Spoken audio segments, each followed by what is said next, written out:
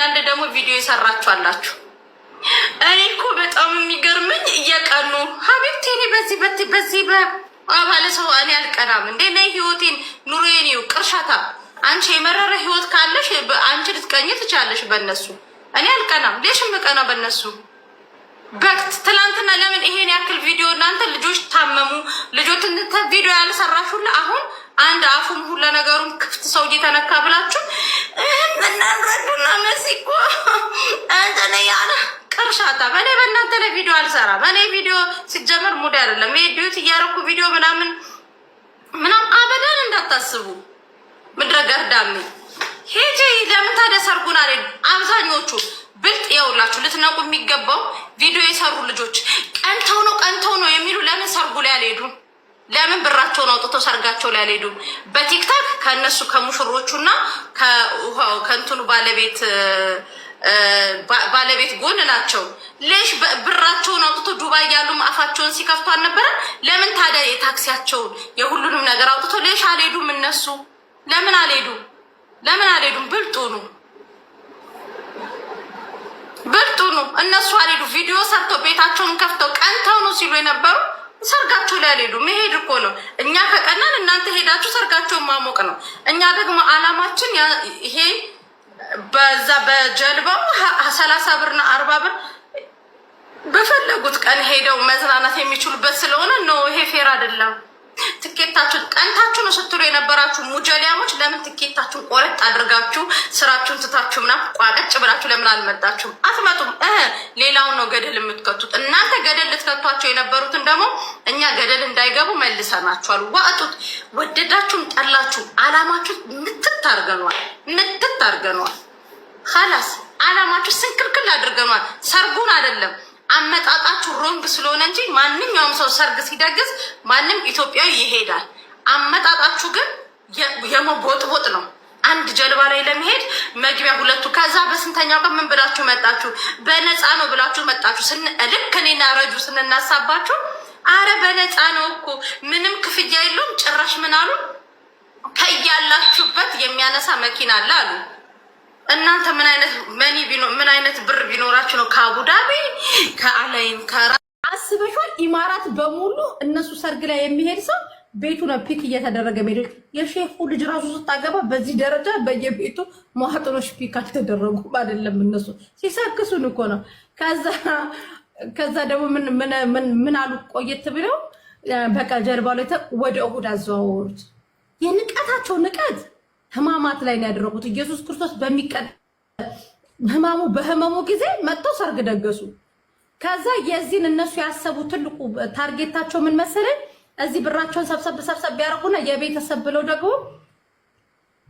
ሙድ መያዛቸው ምታት ጾም ሲፈታ መልስ ነው አሉ። ጾም ሳይፈታ ህዝቡን አብልተውት ጾም ሲፈታ ደግሞ መልስ ነው አሉ። አሁን እሑድ ትላንትና መልሳቸው ነበረ። ያው እንግዲህ እንዳይከፋቸው ያሉት እኒህ ሰዎች ተገኝቷል። እኛ ታርጌት እናቴ ትሙት ነው የምላችሁ። ታርጌት እኔ በበኩሌ ረጁን በበኩሌ በቃ አላማችንን አሳክተናል። ልጆቹን አትቀፍሏቸውም። ልጆቹ ሼም ይዟቸው እንዲቀሩ አድርገናቸዋል። ካላስ ራጁማ በስልክ እኮ እኔ እኮ በስማም ላይ ስክሮል ሳረጋ አይቼ አንቺ ምንም ያህል አልጋ ላይ በብርጭቆ አጥሚት ይዘሽ ቁጭ ብለሻል። እሷ በስልኳ ልትፈነክተው አሳዘነኝ። ልጁ ቁልጭ ስለኔ ቆንጆ ፊልተር በማድረጌ ሰው ተቃወመኝ። ላሳይሽ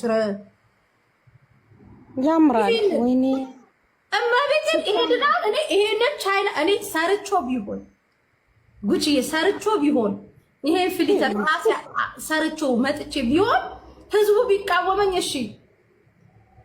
ግን ቻይና ናት የሰራችሁ። ስልኬ ላይ ነው ያለው።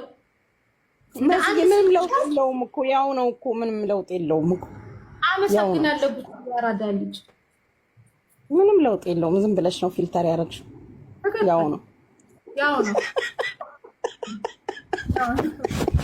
ዛሬ እንዳትረግጠኝ ቁጭ ብዬ ገስት ላይ ቁጭ ብዬ እንዳልረገጥ ተዘነዙ ወይ መሲ ዋሽን ፉት እያልሽ ረገጣ ላይ ነገራችን ጉቺ። እኔ የጀልባ 150 መሆኑን በማን መሰለሽ ያወኩትኝ?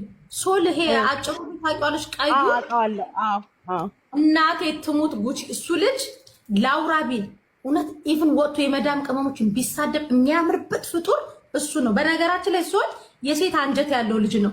ጉቺ ለመታዘብ ብዬ የሆነ ቀን ለሊት ደወልኩለት ስልኩን አግኝቼ ማለት ነው። ሶል በእናትህ ዴኩዴ ጋር እንደዚህ ልጆች ወድቀው ምናምን ስለው ተነስቶ የቱጋነሽ ሎኬሽን ላኪ ማንሹ እንኳን አላለኝም። ሊመጣ ማለት ነው። እግዚአብሔርን በጣም ደነገጥኩኝና ዘጋውበት። ወይኔ ለምን እንደዚህ ያደረኩ እየፈተንኩኝ ነበር ሰው። ከዛ ለምን እንደዚህ ያደረኩ ምናምን ብዬ ድንግጥ አልኩኝ። እሱ በጀልባ ላይ ምናምን እንደዚህ ፕሮግራም ምናምን ያዘጋጃል።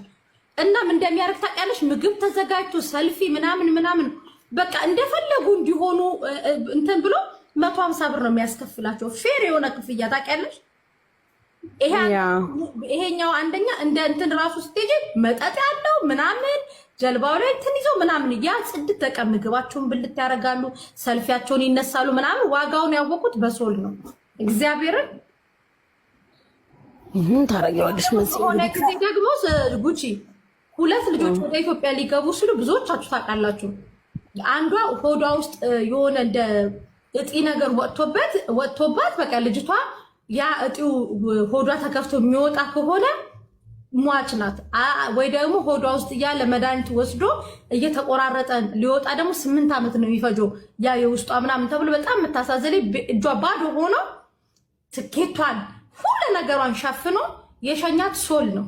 እኔ እንደዚህ አይነት ወንድሞቼ ነው የምደግፈው እንጂ መጥቶ ከመዳም ልጆች ላይ የ150ውን 300 ብር ብሎ ቀፍሏቸው ምናምን አልፈልግም። ይሄ ፋክት ነው። ስትወደኝ ትወደኛለህ፣ ስትጠላኝ ትጠለኛለህ። ምድረ ቅንቅና ምንም አታመጡ። እንደገና ደግሞ ሰርጉ ላይ ሄዱ ሲሏቸው የነበሩ ሰዎች ሰርጉ ላይ ሄዱ። ዱባይ ነዋሪ ናቸው። ቪዲዮ የሰሩት ሁሉ ለምን ሰርጉ ላይ አልተገኙ? በጣም ሶል አንደኛ ፍቅር ነው፣ ሁለተኛ በጣም ሰው አክባሪ ነው፣ ሶስተኛ ነገር ደግሞ እንደዚህ ሆኑ ልጆች ቢባሉ እንደዚህ እንኳን የሆነ እምቢ የሚል ልጅ አይደለም። እንዴ ይቀልዳሉ እንዴ? በቃ ካልሰሙ እኮ ምንም ማድረግ አትችይም ማለት ብዙ ዘመን እኔ እንጃ አላውቅም። እኔ አሁን ግራ ገብቶኛል። በቃ አንዳንዴ ምን አገባችሁ ካሉ ወዲያ እኮ መጮ ከባድ ነው መሰለኝ። አዎ ማርያምን፣ በተለይ ምን አገባችሁ። ሁለተኛ ነገር ደግሞ በጣም ስቅጥጥ የሚሉት እዚህ ሀገር ሲወድቁ ምናምን የሚመጡት ሀቢባ ጋር፣ ሳሪ ጋር፣ እኔ ጋር፣ ጉቺ ጋር የሆነ ሰዎች ጋር የሚመጡት ከዚህ በኋላ ልጁ ጋር የጀልባው ሲያከራያችሁ ለእሷ ግዛ ስትራገጡ በጣም የብዙ ልጆች ኮመንት ይዣለሁ። በነገራችን ላይ በጣም የብዙ ልጆች ልክ እኔ ጋር ችግር አለ ብላችሁ ስትመጡ እሱ ጋር ነው ሪፈር ምጽፍላችሁ። ደውላችሁ ስልኩን ሰጣችኋለሁ። እንደዚህ ሆንኩ በሉ፣ ጉዳያችሁን እየሄደ እሱ ያስፈጽምላችሁ። ስትወድቁም እየመጡ ያንሱላችሁ።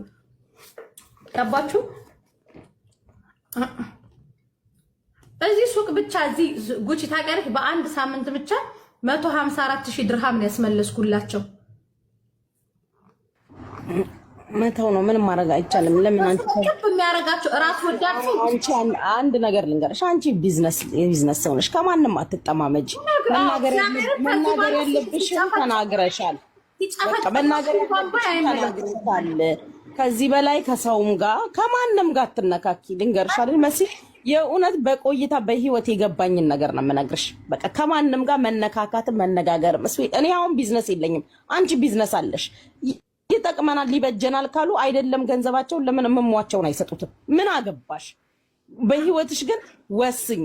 ነገ ከነገ ወዲያ እኮ ይመጣሉ። ሲመጡ አይ ድምፅ የሚሆን ሰው እኮ ስላላስፈለጋቸው ነው አይደል? ድምፅ ስትሆኑ ኖራችሁ አያገባችሁም ከተባላችሁ አያገባችሁም፣ መብታቸው ነው እንዴ፣ ገንዘባቸው ነው። ምን አገባሽ? ምን አገባት ራጁስ? በቃ የወደዱትን የፈቀዱትን ያድርጉ። ነገ ሌላ ቀን ነው። የሚያሳዝነው ነገር በእነሱ ምክንያት የእውነት ደራሽ የሚያስፈልጋቸው ሰዎች ላይ እንድትጨክኑ ያደርጓቸዋል። አየሽ አይደል? እኔ ያረኩላቸው ነገር የለም። እኔ በቤቴ ልስቅ ልጫወት ነው የምገባው። ሮሮ መስማትም አልፈልግም። ተናግሬያለሁ። ድሮም እንዲሁ እንዳጋጣሚ ልቤን የነካኝ ነገር ካለ ነው አስገብቼ የምሰማው። እርዳታ መሰብሰብ አቁሜያለሁ። ከቻልኩ ከኪሴ መስጠት ያለብኝ ነገር ካለ እሰጣለሁ። ካልቻልኩኝ አምሶሪ። እንደውም ሂዱ ሀቡቤን ነው የምለው። እውነቱን ነው የምነግርሽ። አቁሜያለሁ። እኔ ቤቴን የምከፍተው እኮ ልስቅ ልጫወት ምናምን ለላስላስ ስራ ልሰራበት ነው። ስለዚህ መታመም መጮህም አያገባሽም ከተባልሽ ወዲህ ምንድን የምትፈልጊው? ዛሬም ስለዛ ታወሪያለሽ። የራሳቸው ጉዳይ፣ ነገ ሌላ ቀን ነው። በሰው እንትን ማዘዝ አንችልም ነው። ገባሽ? ለምን ያኛውስ ለምን በዛኛው ሳይድ ስትጠመጃለሽ? መስ ለማን ብለሽ በራስሽ ኬዝ ትነካኪያለሽ? አትነካኪም። በራስሽ ኬዝ የምትሰዳደቢው ሰው አለ? የለም። የቢዝነስ ሰው ነሽ። ከማንም ጋር በሰላም ነው መኖር ያለብሽ። ከባለቤቱ በላይ አዋቂ ቡዳ ነው ትላለች እናቴ። ከነሱ በላይ አንቺ አታውቂም። ለነሱ እያዳሜ እዛ ጋር ብር ስታዋጣ የነበረች የእናቷ ልጅ ነጠላ ጫማ ጨርሷል፣ ሱሪ የለውም። እናት አባቷ የቡና መጠጫ የሌላቸው ናቸው እዛ ጋር ሲሰጡ የነበሩት አይደል? ምን አገባችሁም ሲሉ ሰምቻለሁ። ከዚህ ወዲያ ምንድን ነው የምትፈልጊው? ለማን ነው የምትጮሂው? ምን አገባሽ? ስራሽን ስሪ። እኔ ይሄንን ነው የምልሽ። ወደ ጎን ሁሉንም ነገር ታዩ።